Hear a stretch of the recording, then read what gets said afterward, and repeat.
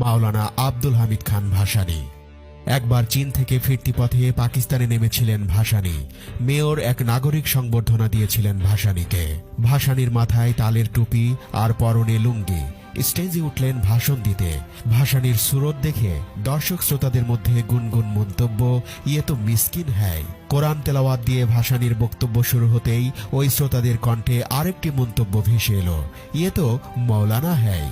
ভাসানীর রাজনৈতিক বক্তব্য শুরু হতেই ওই একই দর্শক শ্রোতারা বলে উঠলেন, আরে বাহ, ইয়ে তো পলিটিশিয়ান হ্যায়। ভাসানী যখন বিশ্ব পরিস্থিতি ও বিশ্ব মোড়লদের শোষণ পীড়ন নিপীড়নের কথা বলতে শুরু করলেন, তখন ওই একই দর্শক বলে উঠলেন, হায় আল্লাহ, ইয়ে তো স্টেটসম্যান হ্যায়, মজলুম জননেতা, উপমহাদেশের রাজনীতির প্রবাদ পুরুষ মাওলানা আব্দুল হামিদ খান ভাসানী।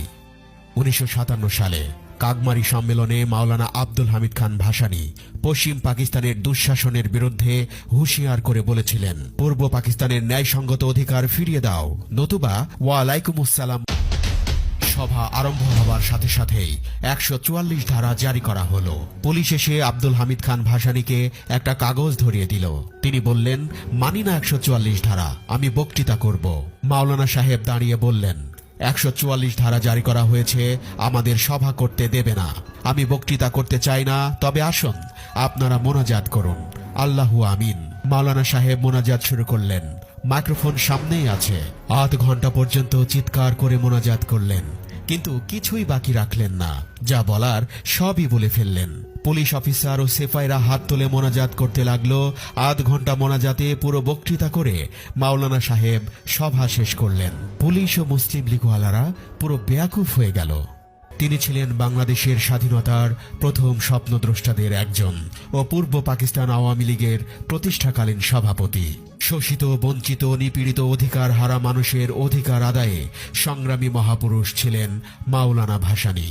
ভাসানী এমন একজন নেতা ছিলেন যাকে নিয়ে বিভিন্ন দেশের বিভিন্ন বিশ্ববিদ্যালয়ে আজ পিএইচডি ডিগ্রি অর্জনে গবেষণা চলছে।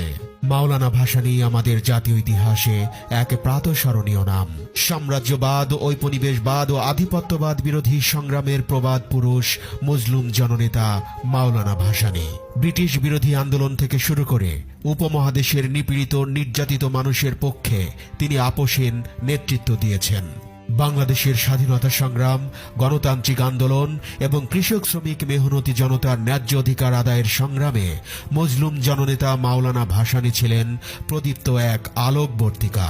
তার অবস্থান ছিল শোষণের বিরুদ্ধে এবং শোষিতের পক্ষে। অধিকার আদায়ে তিনি এদেশের মানুষকে সাহস জুগিয়েছেন তার নির্ভীক ও বলিষ্ঠ নেতৃত্বের দ্বারা। তার হুঙ্কারে কেঁপে উঠত অত্যাচারী শাসক ও শোষক গোষ্ঠীর মসনদ।